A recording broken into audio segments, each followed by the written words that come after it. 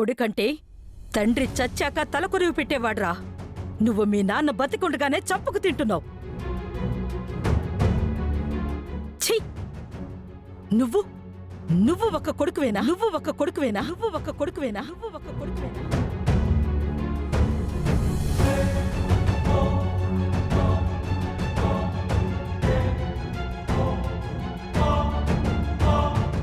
వాళ్ళని వీళ్ళని వెనకేసుకొని రావడం కాదురా, ముందు నువ్వు జాగ్రత్తగా ఉండు. ఇంట్లోకి ఎవరెవరిని తీసుకొస్తున్నావో ఏం అర్థం కావట్లేదు.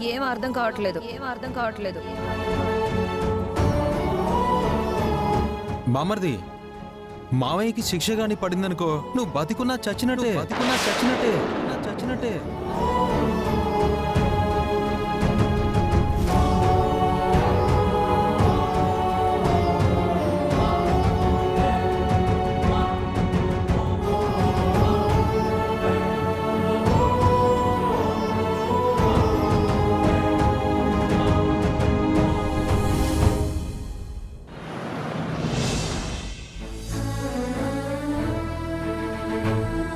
అందులో ఆర్మీ సీక్రెట్స్ ఉన్నాయి.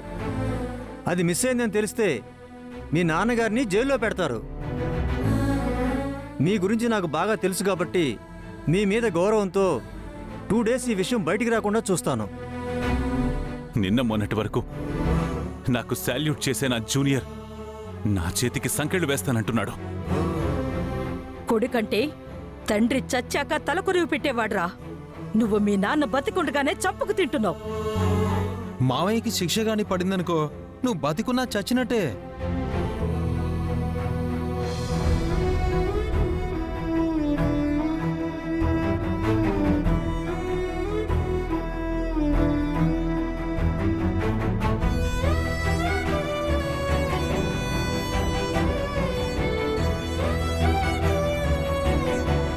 సార్, చూసారా మీ వల్ల ఎంత సమస్య వచ్చిందో? ఎలాంటి పరిస్థితి వచ్చిందో మీకు అర్థమవుతుందా? మీరు నర్సుగా మా ఇంటికి వచ్చారు, బాబుని బాగా చూసుకున్నారు, ఈ కుటుంబ సమస్యలన్నీ మీరు తీరుస్తున్నారు. ఇప్పుడు మీ వల్లే పెద్ద సమస్య వచ్చింది. Sorry sir. సారీ చెప్తే సాల్వ్ అయ్యే సమస్య కాదు ఇది. ఆర్మీ ఆఫీసర్ ఏం చెప్పి వెళ్లారో మీరే చూశారు కదా. ఈ రోజు కానీ రేపు కానీ ఆ బాక్స్ తిరిగి ఇవ్వకపోతే నాన్నని జైలుకి పంపిస్తారంట. నాన్నకున్న పేరు, పరువు, గౌరవం అంతా పోతుంది. దేశమే ప్రమాదంలో పడుతుంది.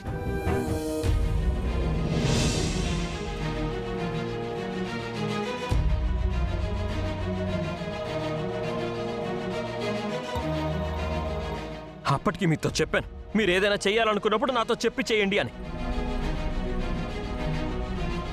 కానీ మీరు నాకేదో అవుతుందని భయపడి మీ సొంత నిర్ణయం మీరు తీసుకున్నారు. సొంత నిర్ణయమా? గౌతమ్కి చెప్పకుండా అది ఏం చేసిందో. సారీ సార్, ఇదంతా నా వల్లే జరిగింది.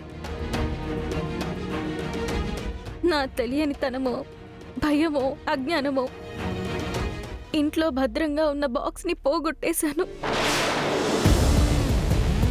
తప్పు చేశాను సార్.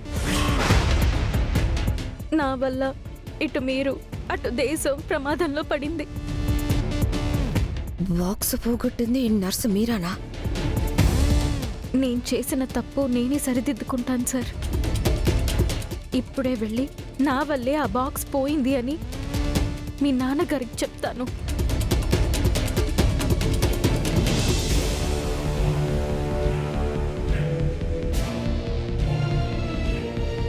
మీరు అలా చెప్పడం వల్ల ఏ ప్రయోజనం లేదు మీరా గారు. కనీసం మీ నాన్నగారికి శిక్ష తప్పుతుంది కదా సార్. మీరు నిర్దోషి అని అందరికీ తెలుస్తుంది కదా. కానీ మీకు శిక్ష పడుతుందండి. ఆ బాక్స్ మీ వల్లే పోయిందని తెలిస్తే తక్షణమే మిమ్మల్ని ఇంట్లో నుంచి బయటికి పంపించేస్తారు. అసలే తల్లి లేని బాబుకి మీ ఆధారం కూడా పోతుంది.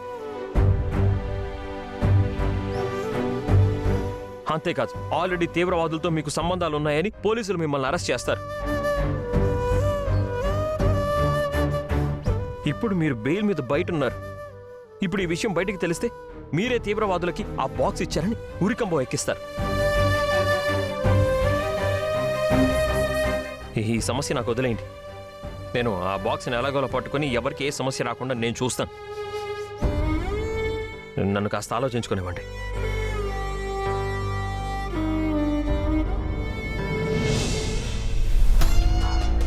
బాక్స్ మిస్సింగ్లో అసలు దొంగ ఈ కేరళ నర్స్ అన్నమాట. చెప్తా దీని సంగతి.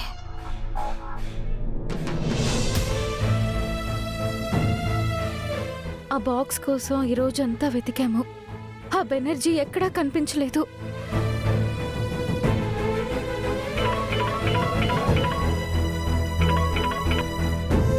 ఆకాష్, వస్తున్నాను రా. నేను బయటికి వెళ్ళి వస్తానండి.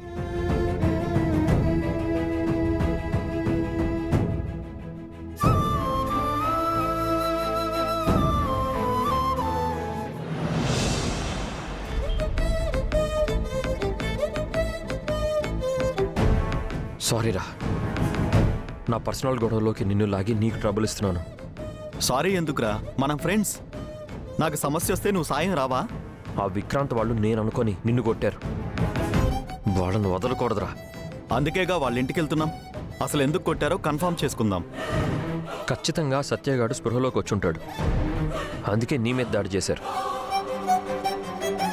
నేను స్పృహలోకి వచ్చానని ఆ గౌతమ్ గాడి గెస్ చేసి ఉంటాడన్నయ్య. నువ్వు చెప్పిన ప్లాన్ వర్కౌట్ అయిందా? ఓకే, లేదంటే నా చేతులతోనే వాడిని చంపేస్తానన్నయ్య. ఖచ్చితంగా నా ప్లాన్ వర్కౌట్ అవుతుంది సత్య. నువ్వు కాస్త ఓపిక్గా ఉండు. ఆ సత్యగాడికి అసలు ఓపిక సహనం లేవు. వాడి వల్ల అహల్యకి థ్రెట్ ఉందిరా. అందుకే వాడు లేవకూడదు, పర్మనెంట్గా కోమాలోనే ఉండాలని ట్రీట్మెంట్ ఇచ్చాను. మరి వాడు ఎలా స్పృహలోకి వచ్చాడు? ఆ కొత్త డాక్టర్ వల్ల నువ్వు స్పృహలోకి వచ్చావు. నిన్ను కొట్టింది గౌతమ్ అని నాకు తెలిసింది. అవునన్నయ్య, ఆ డాక్టర్ లేకపోతే గౌతమ్ గాడు నన్ను కోమాలని ఉంచి చంపేస్తుండేవాడు. వాడికి బతికే అర్హతే లేదు ఆకాష్. వాడు ప్రాణాలతో ఉంటే అహల్య లాంటి ఎంతోమంది ఆడపిల్లల్ని చంపేస్తాడు. వాడికి చావే సరైన శిక్ష. ప్రాణాలు పోసే వృత్తిలో ఉంటూ ఒక ప్రాణం పోవాలని కోరుకోవడం నైతికంగా తప్పే అయినా నువ్వు చెప్పినట్టు ఆ మానవ మృగం బతకూడదు. నేను స్పృహలోకి వచ్చానని తెలిస్తే ఆ గౌతమ్ గాడు నన్ను చంపేస్తాడన్నయ్య. అంతకు ముందే మనం వాణ్ణి చంపాలి. అందుకేగా ప్లాన్ చేశాను. గౌతమ్ గాడు తప్పకుండా మన ట్రాప్లో పడతాడు. Don't worry. ఈసారి వాడి ట్రాప్లో పడకూడదు ఆకాష్. వాడు కోమాలో ఉంటే ఓకే, లేదంటే పర్మనెంట్గా పైకి పంపించేద్దాం.